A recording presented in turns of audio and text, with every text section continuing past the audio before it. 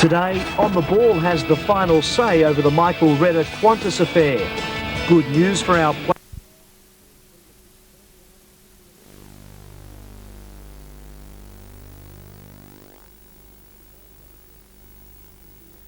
leading coaches Rale Rasic and Zoran Matic join us in the studio. Are the Zebras the team to beat in the top 6 playoffs? And all the drama from round 24 of the Coca-Cola Soccer League. 2-0. Good morning and welcome to On the Ball. It's been a turbulent week for Michael Reda and his Parramatta Eagles teammates. Last Sunday the team was forced off a Qantas flight after Reda allegedly told an air steward he was going to hijack the plane. Reda faces a possible charge of endangering the lives of passengers. The Department of Public Prosecutions will decide on Tuesday whether to charge the midfielder. Reda also faces an ASF tribunal this week. Simon Pajaka reports. What was meant to be a joke turned out to be a very serious matter for Parramatta star midfielder Michael Reda. He allegedly told a member of the cabin crew he was about to hijack the jet along with the assistance of his teammates. The captain returned to the gate and the entire team was offloaded. Reda says the whole incident was blown out of proportion. You know, a team, they always joke around and have a bit of fun.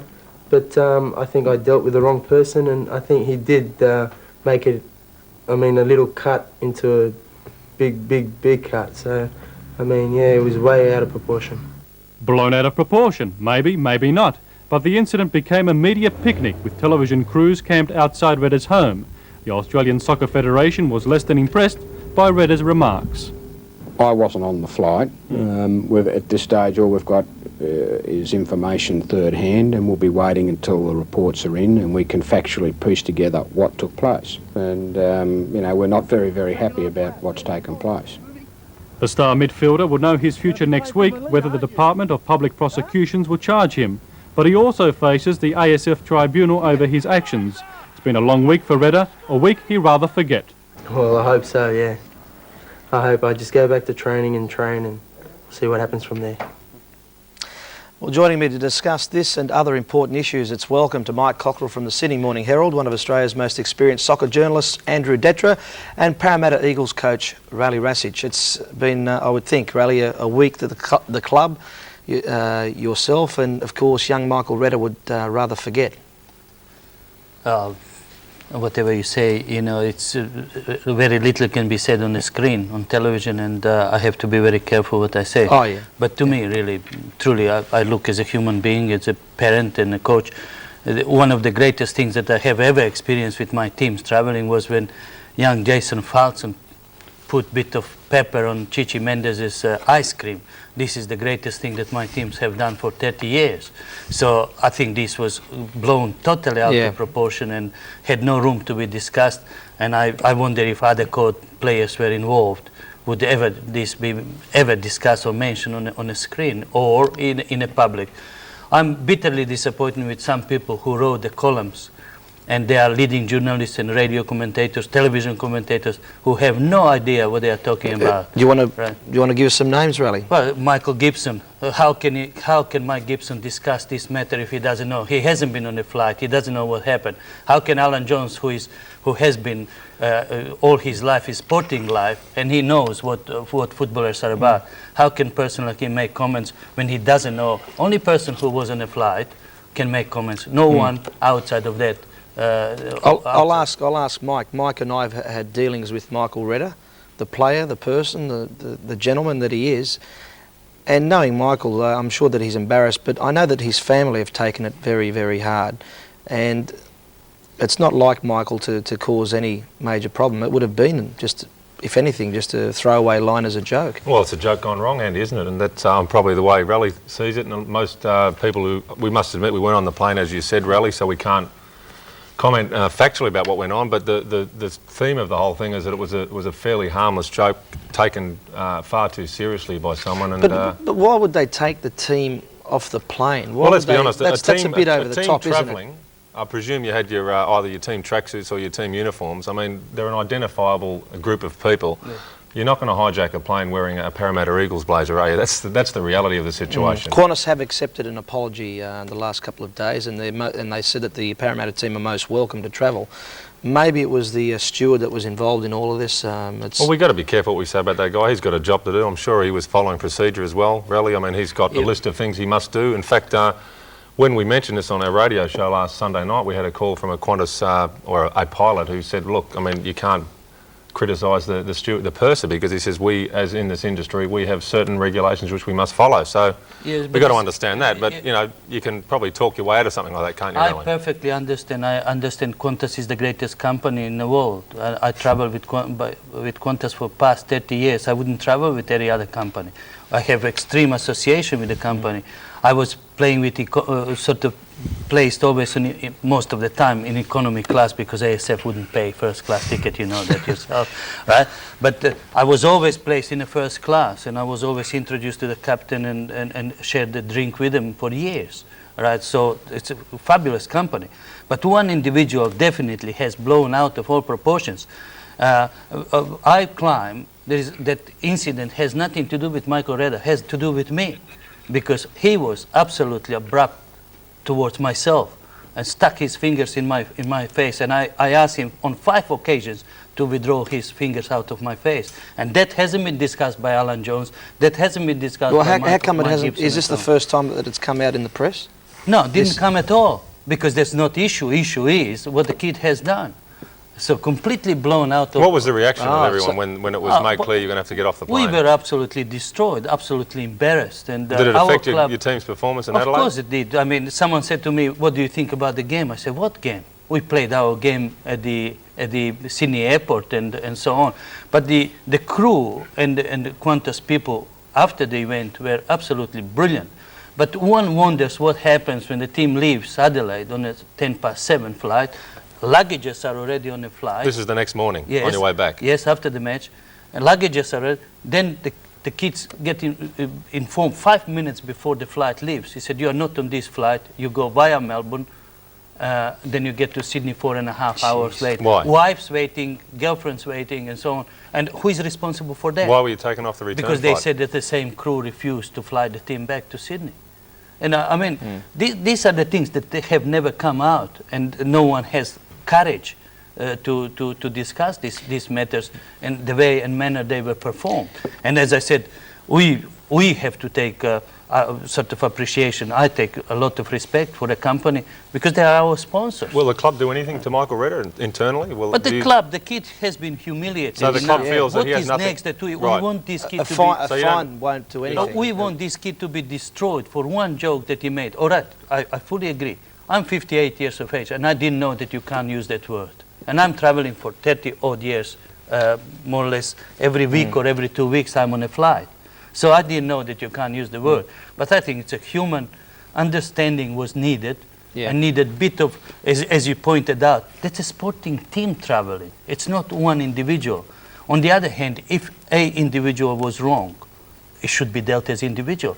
I have 2 independent people on my right and left side who overheard every word said, but they haven't been asked, right? And I rang ASF on 5 occasions, left messages for Ian Holmes to call me, didn't call me, just in order to explain, to make things easier for us. How did you see all this, Andrew, on Monday morning when you picked up the newspapers? Well, I thought it was a very infantile prank by and you would have seen a lot of pranks in your time as a soccer journalist. I have, but you see, we have to remember that we live in a very jittery world where all sorts of crazy and unpredictable things are happening, particularly, you know, in the airline business.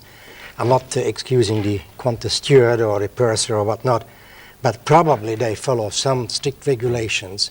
And if anybody cracks a joke about a subject like this, and if they don't take an action, any action, and something does happen, well, there you are. I mean, there's a huge problem. Probably this youngster, you know, felt it was a practical joke or appealed to his sense of humor. Probably he was, not probably, I'm certain that he was totally innocent. But at the same time, we have to remember that we live in an increasingly hostile or jittery world where terrorists and all sorts of actions and whatnot, Ireland, Beirut and so on, do happen. So probably I have to agree with Rale that there was a huge overreaction to this case, and to take this matter further, such as courts and all that, is a vast, exaggeration. It won't happen. Well, I don't think it should happen. Let's talk about football. Let's talk about football. Big game today, Rale. The season, unfortunately, for your club has ended. It started with a lot of promise, winning the cup. But you're playing Marconi. Marconi in a bit of trouble, 38 points, 2 teams behind them on 37. And you love playing Frank Arrock, not Frank Arrock, but his team, any time, any day, anywhere. I think has been this one probably has been blown out of proportion. Not that we don't share coffee. In last 40 years, we never did. I think we had probably 2 drinks together, Frank and I. But I think it's a nature of the game, Andrew. We are 2 very competitive men, and I think our 2 teams are very competitive, very proud. So if that was 5-a-side, I would challenge Frank anyway, anytime. If it's 6 a.m., I would do the same, or 6 p.m. I mean, that's nature of it. But you couldn't go to the players and say, we play for nothing today. Marconi has a lot of to lose or a lot of to gain. It's a big match for us and big match for them. Unfortunately, to them matters so much result-wise. Will it be a physical game, Rale? I can't, Michael. I can't predict. I always go into the game with the same attitude and the same purpose. One who doesn't compete in physical terms doesn't play. But there is the way how to play and how far to go in physical terms. Are you unhappy with your team's record with the cards and the disciplinary record this year? No, you do have the worst in the league. I think you could. Let me just explain this to you. We have probably the youngest team with Sydney United. We have the youngest team in the league, and we haven't settled well because we had quite a few changes. Piteri, Reda came, and Dongo came, and so on. Kosh and Moffat came just 2 weeks before the season kicked off, and so on. And they didn't really fall into that pattern of discipline or behavior on the field. And most of our yellow cards have been related to the pulling the shirt or chat back and things like this, which is not acceptable by any standards.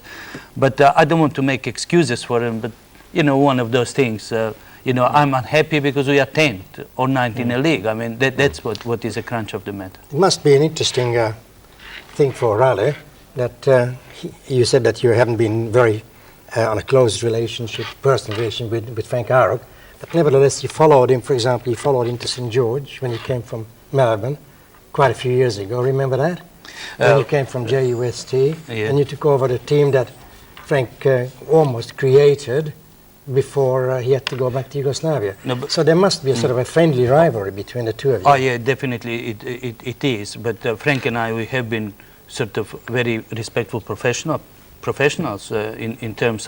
I'm never critical of Frank or Frank's performances, neither Frank of mine. And we showed always utmost respect for each other when there was a matter of the match. But the rivalry always will be between so-called big-name coaches or big-name players. But Andy was almost implying some sort of a grudge. Is there any grudge? No, I don't think so. Not a grudge. I think short of grudge, is it? Just short of a grudge. Andy is... But Andrew, look, you notice what he's wearing today. I think did you have the team out for training this morning? Yeah. No, not my team, but other team, yes. You've got the tracksuit on. Other team, yes, but that's the first time that I wear sponsors tracksuit because the coaching clinics have started, have they? Quite a bit of it. Rale's coaching clinics. You can look out for those, actually. Give the telephone number. Yeah. No, I haven't got a phone number. No, we don't. He's going to fly Qantas for the rest of his life. I know that much. No, I'm not. Never ever be critical. I know. Look, we're just hoping that matter gets resolved with the ASF and that we know more about it. Rale, thanks for coming on. Good luck with the game today and the coaching clinics. All the best. Next Sunday, Australia's newest soccer team, the Perth Kangaroos, will make their debut in the Singapore National League. The competition will hopefully whet the appetite of the people in the West who've been starved of top-class soccer. Peter Vlahos reports. For Perth, it's now a case of take the bit by the teeth and venture forward. After a period of stagnation, these guys, the Perth Kangaroos, are ready to thrust WA soccer into a new era. With the National League question still unanswered, Singapore and all it has to offer was a soccer opportunity too good to pass up. Global Football, under the chairmanship of Joe Claudio, were granted the licence to take WA soccer into Asia. The board believes that the Singapore venture is of fundamental importance to Western Australian soccer. Unfortunately, soccer in Western Australia has not been elevated to the status that it should be, and we believe ranked #1 equal with Australian rules football. We believe this venture will elevate soccer to that level. Holidaying in sunny Perth this week was Stephen Tan, 15 years Chief Executive of the Singapore FA and member of the Asian Football Confederation. He thinks the Kangaroos will do well in their debut season. I'm quite sure Perth Kangaroos will be one of the top 3 teams. In Singapore, we have a couple of strong teams.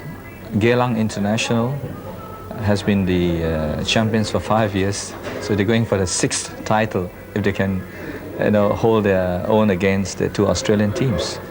The Perth Kangaroos will play all their home games here at local club Stirling Macedonia's ground. The venue can comfortably house about 5,000 spectators, and out of all the venues around Perth, it is this one that will guarantee global football the best return. The WACA ground, the scene of WA's great soccer moment in recent times, the 3-2 win against German topliners Werder Bremen, was a possibility. But with global football battling a financial hurdle, the sums just didn't add up. So what figures are we talking about to make it work here in Perth?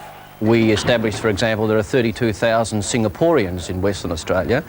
We've targeted various unions at universities in Western Australia containing people from Asia, and the feedback we're getting is that there is a lot of support for this. The man in the hot seat is coach Gary Marocchi.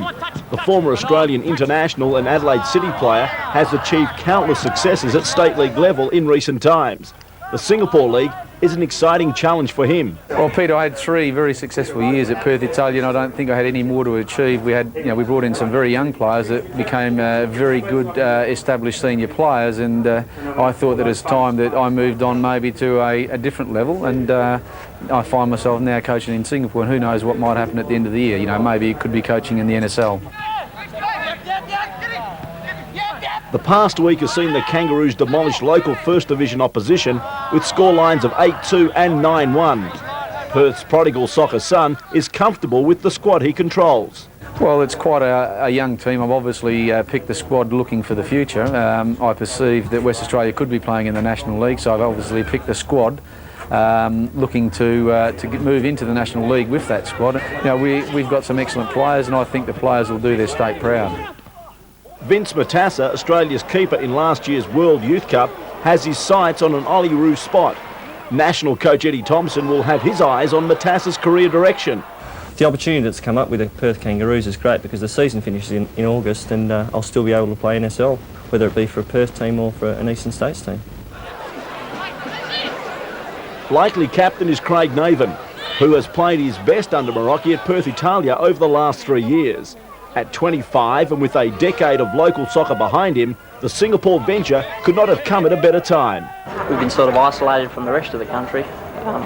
Obviously no fault of ours because we've been trying to get National League, but obviously this is a different venture, and the players are really looking forward to a complete different change. With 14 on the Kangaroos' books at present, Marocchi hinted that he could be looking to the NSL in order to finalise his season squad of 18. Well, I've already had discussions with 1 or 2 players, but I'm not prepared to go any further at this stage. I'd prefer that they finish their National League commitments before I even move on the clubs, because I think it's unethical to be approaching players while they've got commitments with their own clubs. I think they should concentrate playing for their clubs to get in the top 6. If they then don't make the top 6, then we'll move on those players. To the competition the Kangaroos would love to play in and should play in, the Coca-Cola Soccer League. And with 2 rounds to go, the top 6 is still fairly open. Here are the highlights from round 24.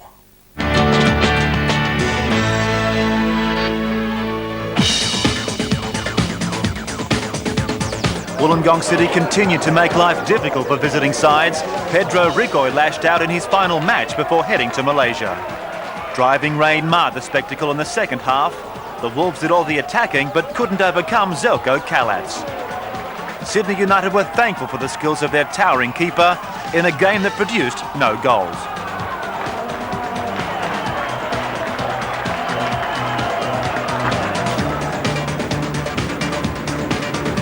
Team spirit at Morwell is riding high. John Marconi put his team in front after 10 minutes. But Marconi responded when Steve Cockerill was brought to the ground. Andy Harper had 2 chances to convert the penalty after a firecracker exploded. The kick was retaken. Harper made no mistake with the second attempt.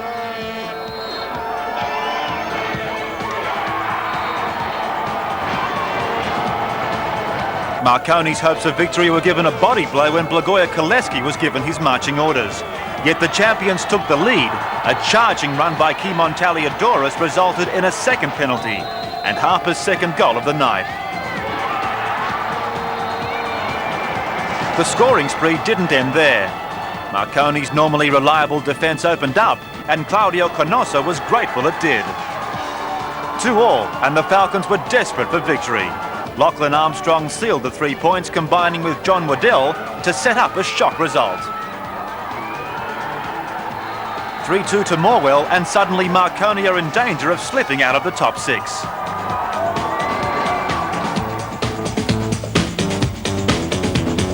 Another bout of infighting at Heidelberg saw keeper Chachi Trifinas walk out to be replaced by the 17-year-old Sam Frangos. Newcastle applied plenty of heat on the teenager and his debut became a nightmare. An up and under ball from Roberts appeared harmless, but poor Frangos made an embarrassing blunder. The Burgers, already rock bottom, began a steady comeback. Michael Reda found his range, only to be denied by Gosling, but things were looking up for the home team. After the break, a questionable offside ruling went the Burgers' way, and McNichol was precise.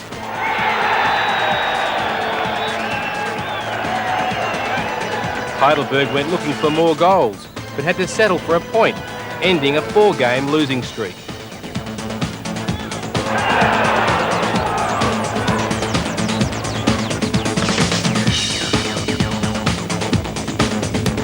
Top of the table Melbourne Knights were given a nasty shock after 2 minutes when Emanuele scored a great midfielder's goal for the Brunswick Pumas, dishing off to Benini, then meeting the cross.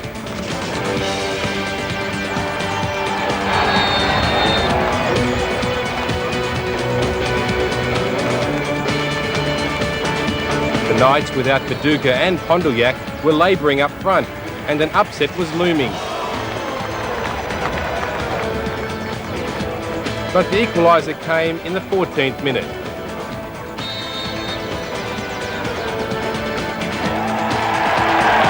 The Biscuits' free kick did just enough to beat Cortis in the Pumas' goal. But the Knights still spluttered, and goalkeeper Miller was left to rescue his dozy teammates.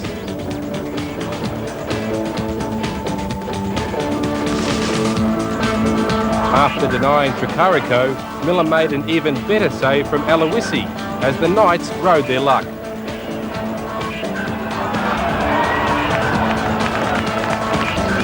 The decisive moment came after 50 minutes, Mark adding a crucial touch to a Sillage cross for the winning goal.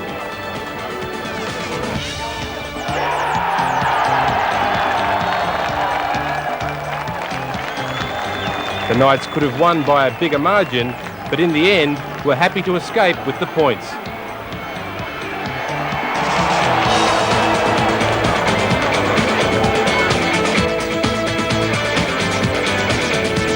It was do or die at Leichhardt Oval. West Adelaide were in no mood for compromise. They knew what had to be done and were going the right way about it when Gus Serro opened the scoring. Back inside for Brown. The layoff, deflection and a goal! Gus Serro's shot has taken a deflection and given Gibson no chance. Brad Maloney provided Olympics inspiration. He did all the groundwork for Ivan Kelic. Kelic found the target for the 14th time this season. Again, he's looking for Kelic, and Kelic's header, the goal! Remarkable. Well, what a strike plate it is for Ivan Kelic. Maloney was everywhere. He gave his strikers abundant supply. Now the chance and an absolutely brilliant save. But it was the Sharks keeper Peter Blazincic who kept his team in the game. Blazincic there again. Olympic relied on the counter-attack and it worked to perfection. The Sharks were caught off guard as Maloney made it 2-1. The lay-off for Maloney and the goal! The former young Socceroo was hungry for goals. He came close here. And the shot hitting the bar. Nothing was going right for West Adelaide. George Haniotis was given an early shower for a second offence. It's a red card. Time was running out for the Sharks. Their playoff hopes came to a crashing end when Maloney completed a double. Now Maloney and the goal! Olympic confirmed their top 6 place and have opened up a 3-point lead over their nearest rival. Carl Beard has gone ballistic in recent weeks, and Parramatta became another victim of the Adelaide City striker. That goal and another in the first half by Lozanovsky sunk the Eagles, who were fortunate to lose by only 2. The Zebras are looking hungry at the right time, peaking for the playoffs. Melter's rocket shook the crossbar, and likewise, Adelaide City's rivals might feel the aftershocks.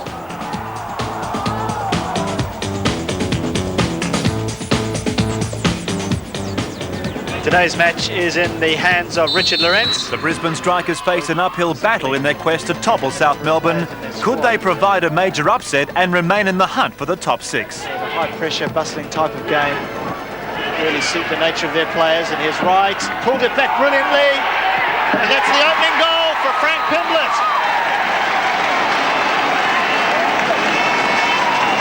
And Frank Pimblett, on his 37th birthday, has put the Brisbane Strikers into a well-deserved lead. Danny Wright. On the back cross in either, and Sean Cranny's there, and Anastasiadis has lost it. Pimblett takes over. Sean Cranny. Slater with the flick on, and Anastasiadis had to tip it over the top. Defending for Brisbane to do here. Flicked on. Tassios. Steve Tassios just past the post.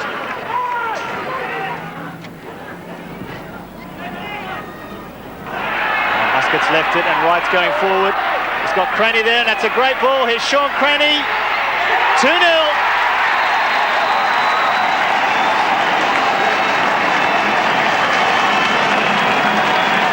Once again, Danny Wright, the ex-South Melbourne player, is the architect for the Brisbane Strikers, though he's holding things up now and uses his brother on the right-hand side, Troy Cranny. Danny Wright, can he produce another marvellous cross? He's pulled it back, still not clear, Cranny over the top.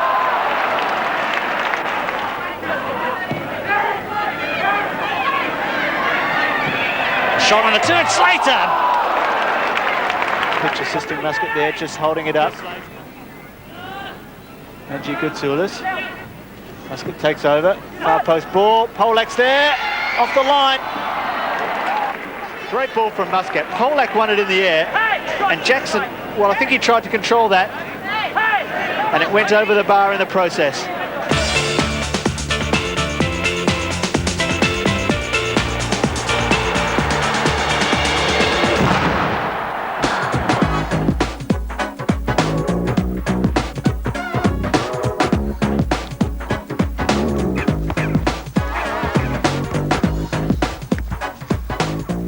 In modern soccer, defensive patterns are becoming harder and harder to break down.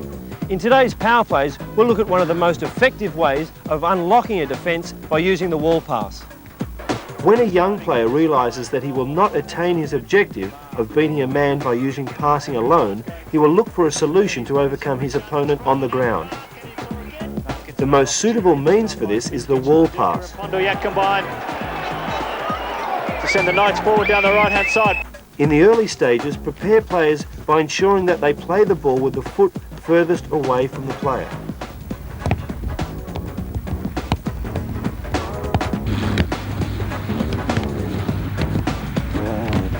The wall pass, or 1-2, provides an outlet for beating defenders and providing penetration or a shot if used in and around the penalty area.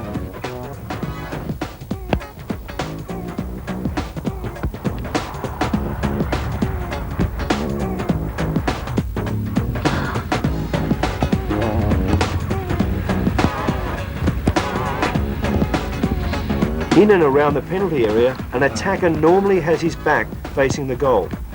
A wall pass can be engineered by a midfielder playing a pass in, outside of the foot touch and receiving again.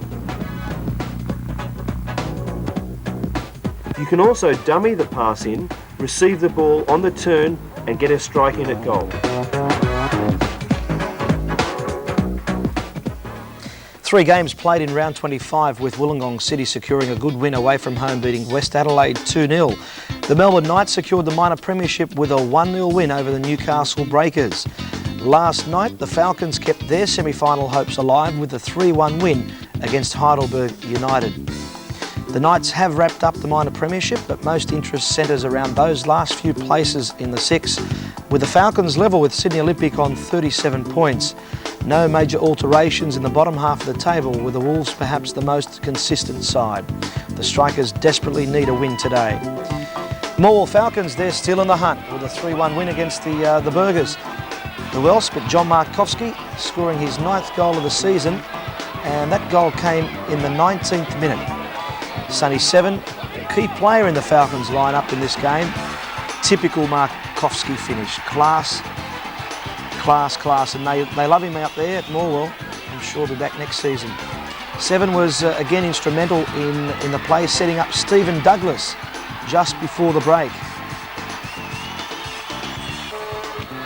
In the 57th minute, Lachlan Armstrong sealed the win after Brian Bothwell had played a major part as well. Bit of a soft goal. Heidelberg's consolation was scored on the hour by Michael Michailakopoulos. Some good goals in that game. The Falcons will watch the South Melbourne Olympic match very closely today. Talking about those games, for today with the Pumas against Brisbane at the Melbourne Croatia Sports Centre, kick-off at 3. Sydney United takes on Adelaide City. That's a big game in Sydney, which kicks off at 6:30. Another big one, this time in Melbourne, with Souths playing Sydney Olympic at Middle Park, kick-off 3 p.m. And the Eagles, Marconi match at Melita Stadium, that begins at 6:30 p.m. Marconi striker Kimon Taliadoris this week embarked on a new career as the union leader. Taliadoris has been appointed as the full-time chief executive of the Australian Soccer Players Association, with a promise that players intend to make an impact on the way Australian soccer is run. Kyle Patterson was on hand when the Players Association revealed its aims, including some radical plans for the current transfer system. And the association is delighted to announce the appointment of one of the game's leading players to a position which I believe will become one of the most prominent in Australian soccer administration. With that ambitious plan, Kimon Taliadoris was this week introduced as the boss of Australia's Players' Union. Then again, the Australian Soccer Players Association has come a long way in a short time, since its foundation a year ago.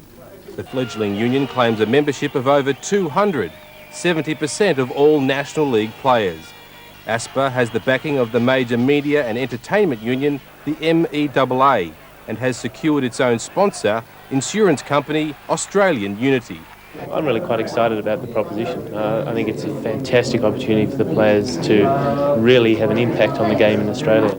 That impact is not welcomed by all Coca-Cola Soccer League clubs. Some still refuse to allow association officers into their grounds. But like it or not, the Players' Union is here to stay. One of our greatest roles has got to be is to enforce good management practices on the clubs. Now, those clubs are obviously incapable of doing it themselves. The union's legal officer, Brendan Schwab, says the players' body wants to cooperate with the soccer authorities and clubs. But for now, the association is setting the pace on reform of players' working conditions. Getting paid on time is one hot topic. Security for player payments is obviously a major issue. What will happen next year is that a club in default of its player payments will not be able to go on the market and buy other players. And obviously, to buy other players, it requires the investment of a substantial transfer fee. Now, our negotiations, which are still taking place with the Australian Soccer Federation, has resulted in a commitment from the Federation that our player payments will become their #1 priority, apart from club payments to the Federation. Also under negotiation is the transfer system itself. Taliadoris and his colleagues want to abolish transfer fees, rejecting arguments that small clubs need to sell players to survive. Well, to a large extent, that is a misconception. We believe that clubs don't necessarily rely on selling players to survive. As far as the overseas or the international market is concerned, sure, that's a great opportunity for clubs to sell players because we have many fine and talented players in the country. But as far as the domestic competition is concerned, we can't see the point of the transfer or compensation fee system because we believe it just imposes an unreasonable restraint of trade upon the player. To bolster the union's case, it surveyed its members. Almost 87% want to abolish transfer fees between Australian clubs, claiming the system doesn't promote even competition or ultimately help smaller clubs. 93.9% support free agency, which means a player can move to a club of his choice once his contract expires. Just under 96% oppose the idea of salary caps, claiming there are other, more urgent changes needed. And on the sensitive issue of payment of wages, 97.9% support sanctions on clubs who owe their players money. The sanctions would include barring the club from signing or selling players. If these poll results translate into action by the Australian Soccer Players Association, the Coca-Cola Soccer League is heading for an era of change. But given the refusal of some clubs to even talk to the union, the changing times could also be turbulent. We'll talk about that a bit later on with Zoran Matic and the rest of the panel, but turning to Olympic, and love them or hate them, Sydney Olympic is one of the most popular clubs in Australia. They've undergone a major transformation in recent weeks, and some hardened critics are suggesting Olympic will be a major contender in the playoffs.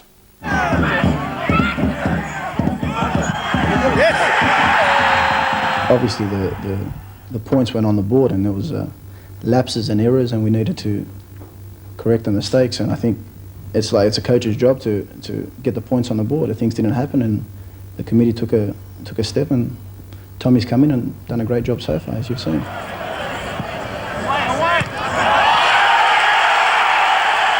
The team's gone pretty well so far. Yeah, I don't like to get over-optimistic or over-enthusiastic about the team. We've got a lot of weaknesses that we still have to work on. Results have been favourable to us in the last 3 or 4 weeks, and I came here with the specific aim of trying to get the team into the top 6, and hopefully over the next 2 games we'll manage to do that. When Berti Mariani was dumped by Sydney Olympic 6 weeks ago, Tom Sermanni was propelled into one of the most demanding jobs in Australian sport. Now away goes Sermanni now, through to Gibson. Sermanni's there on the left. It's back to him. Into Bazana, back to Sermanni, who scored. But the former Canberra and Marconi player has been a huge success. Olympic is in the top 6 and they've lost just once in the past 5 rounds. Obviously with a change of coach there's always a new lease, and he's brought a bit more intensity and a bit more pressuring towards the soccer on the park. We pressure a bit more, and obviously with a few good results we had, it's give us that bit of an incentive to get there and get a few more points and hopefully get into the top 6. I haven't actually thought about that, to be perfectly honest, because I was only employed in the short term till the end of the season, and realistically in football you can't really look further than that, certainly not in my position at the moment.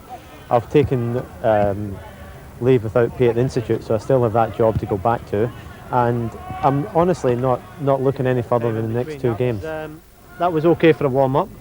I presume you're all fairly warmed up now? Sermanni isn't thinking about next season.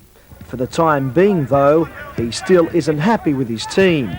I suppose a couple of things that I'm not happy with at the moment is the fluency with which we play when we're in possession, and I don't want to give away too much here, Andy. Okay, but I would like to see. I'd like to see us support the player and the ball a bit quicker, a bit earlier. And I'd like to see us move the ball a little bit earlier as well.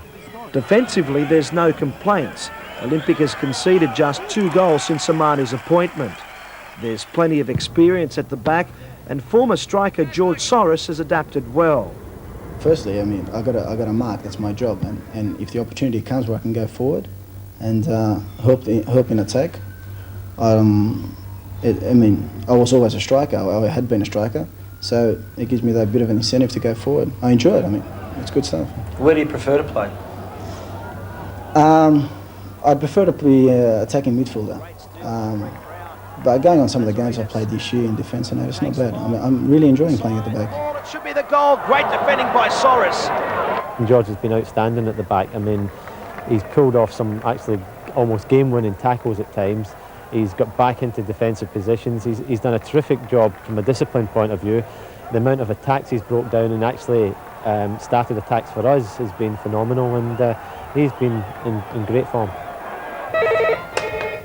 It's an Olympic, I hope you. Soros and former young Socceroo teammate Chris Trajanovski are committed to Olympics cause.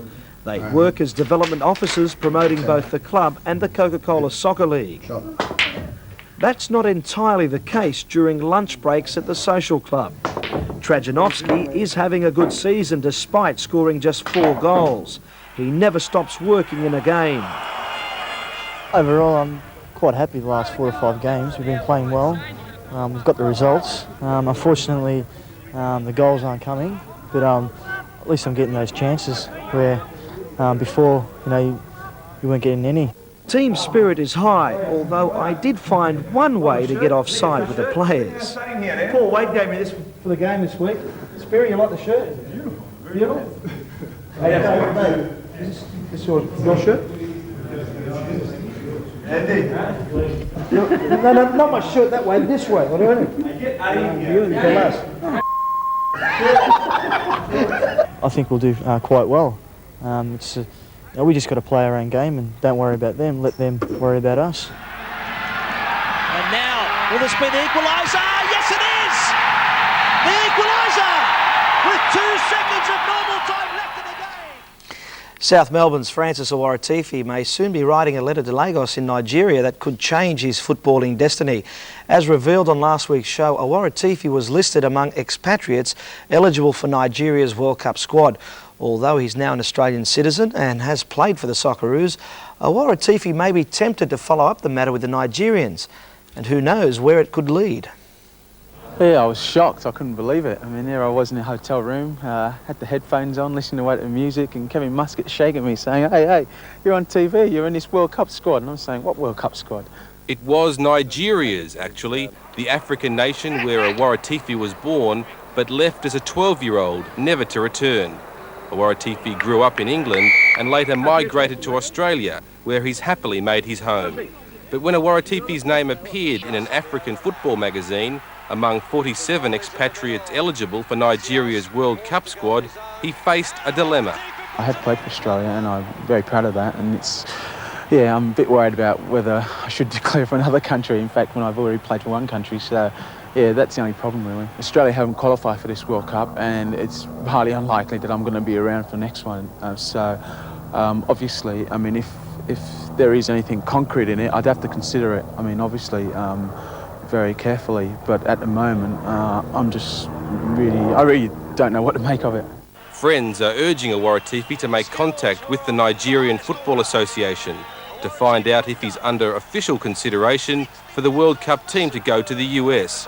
His chances of being selected would seem remote, but then even a long shot at the World Cup is worth chasing. Owaratifi and Paul Trimboli, they'll have a big outcome, I would think, in today's game between South Melbourne and Olympic. Another big game today is Sydney United and Adelaide City, 2 clubs well established in the top 6. Adelaide City is perhaps the form team in the Coca-Cola Soccer League, having lost just once in the past 12 rounds. And it's my pleasure to welcome their coach, Zoran Matic, along with our other panellists. Good morning, Zoran. Good morning, Andy.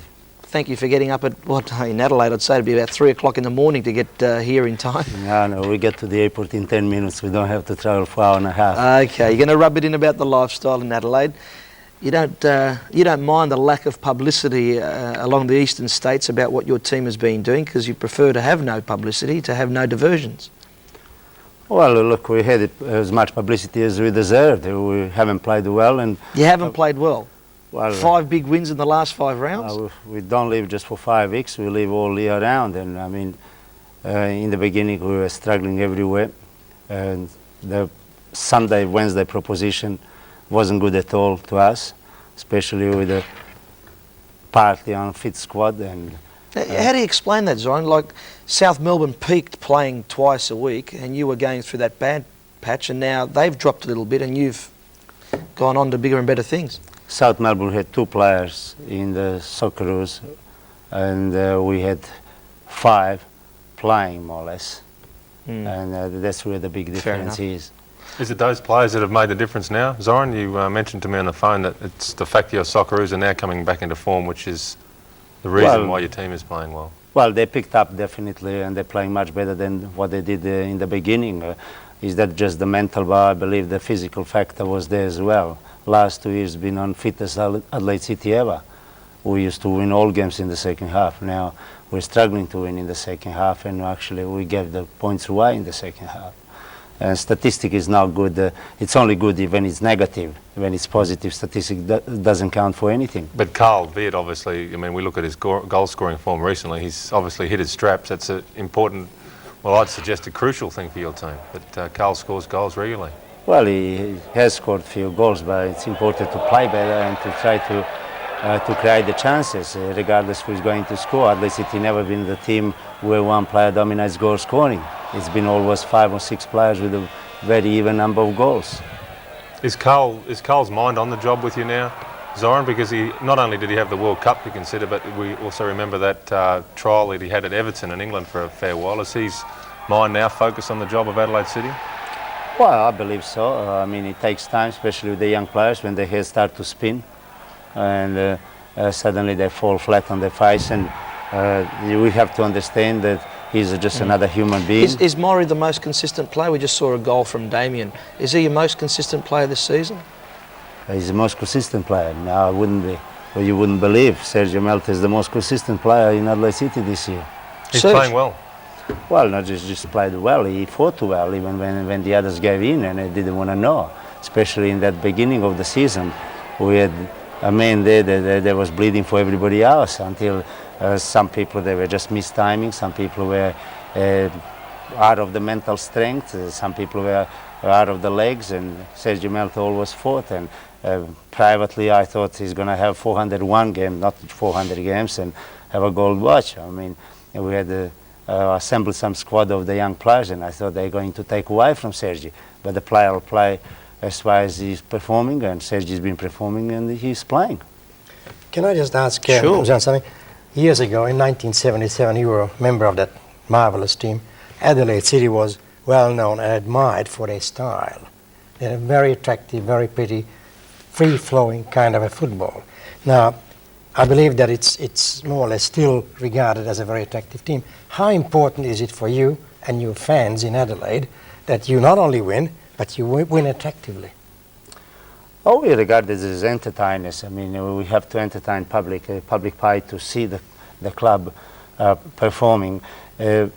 Say, take the game last week. We played 2 different halves. In first half, we scored 2 goals, but we haven't played well. And I think I lifted the roof of the dressing room half time.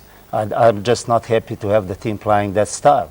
We have to go there and make sure that we are creative and innovative. And I mean, as most important is alert that we are there. A lot of players play the game and they're not alert. They're on the soccer pitch. They think they're in their bedroom. Zoran, I don't think the players are afraid when you lift up the dressing room roof, because you're a well-known builder in Adelaide, so that wouldn't be a major problem.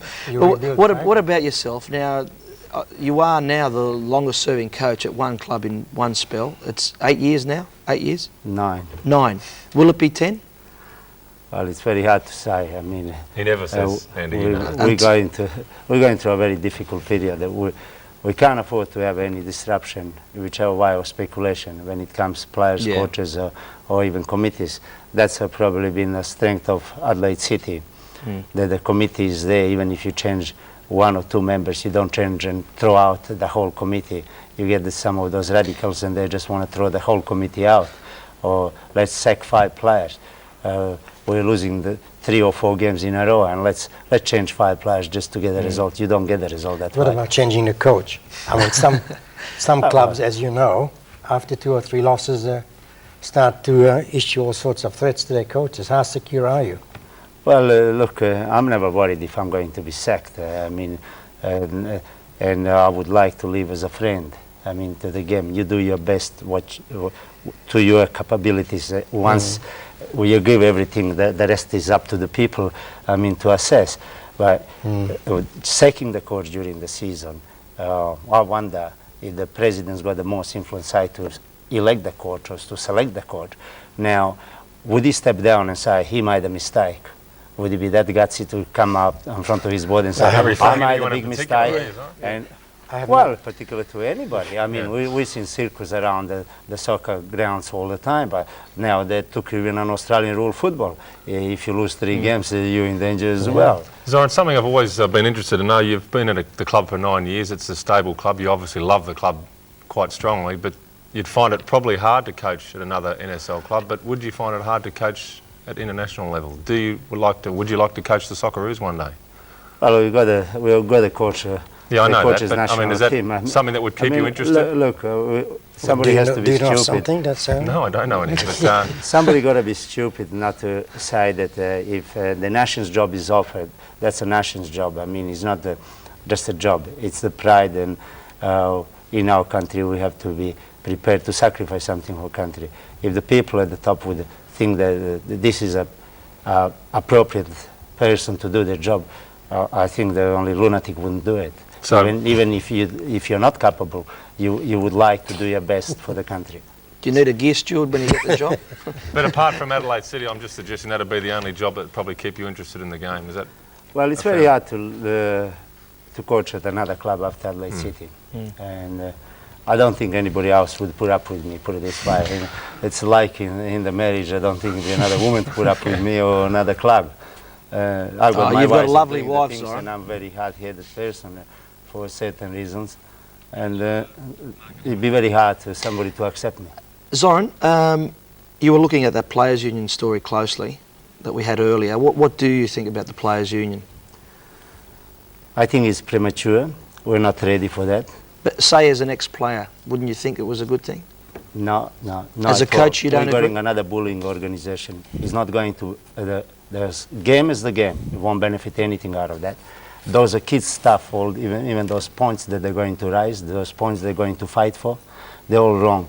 They have to come down to those amateur people that work in the clubs, and even to the ones that sell sausages and coffee around the kiosks or kitchens or whatever. These people do that for love of the game. We're not in the position now to start to run this game the way they want to run it. Can players get treated any better now than they were in your day in Australia? The most important is to have an honesty with anybody. But are the players treated better now? Players in Adelaide City, I would like, firstly I said, you're not joining that, full stop. First get the clearance. You put a ban on the union? No, I didn't.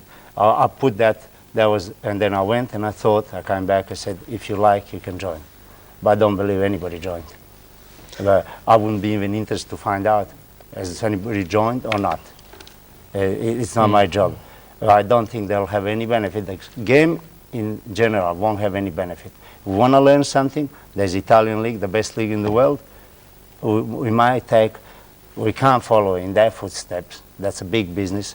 The petty cash is in Milan is more than we spend on soccer in general throughout the country. In 5 years.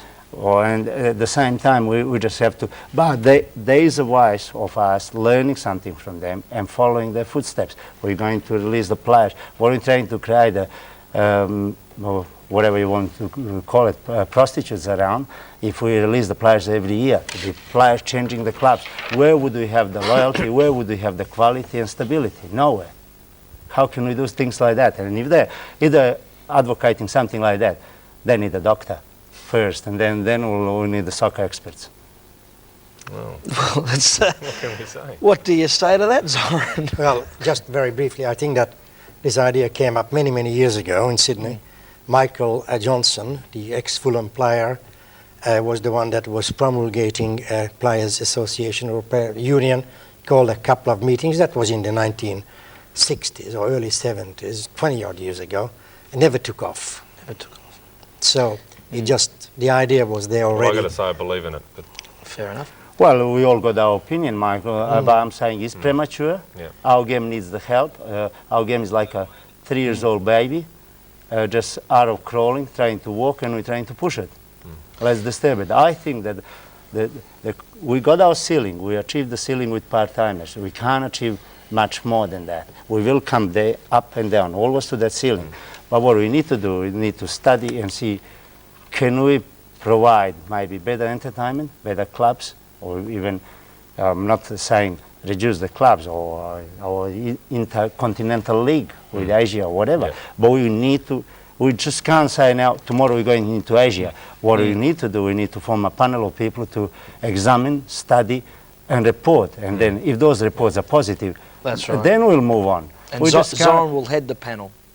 Why not? Why not? Zoran, hey, thank you very much for coming on, No mate. worries. I know that the team's flying later. Andrew, thank you for coming on once again. Mike, You're welcome. you'll be calling Zoran's game today? That's correct. Good. Sydney United against Adelaide City. That's on 2GB. And just quickly, what camera are we going for? We're going to go camera 2. This is a book that's come out. Oh, sorry. Whoops. There we go. The World Cup Story by Philip McCaleb, a soccer fanatic, and he works with the Telly Mirror. That's out. That's available $9. Got this at the Expo.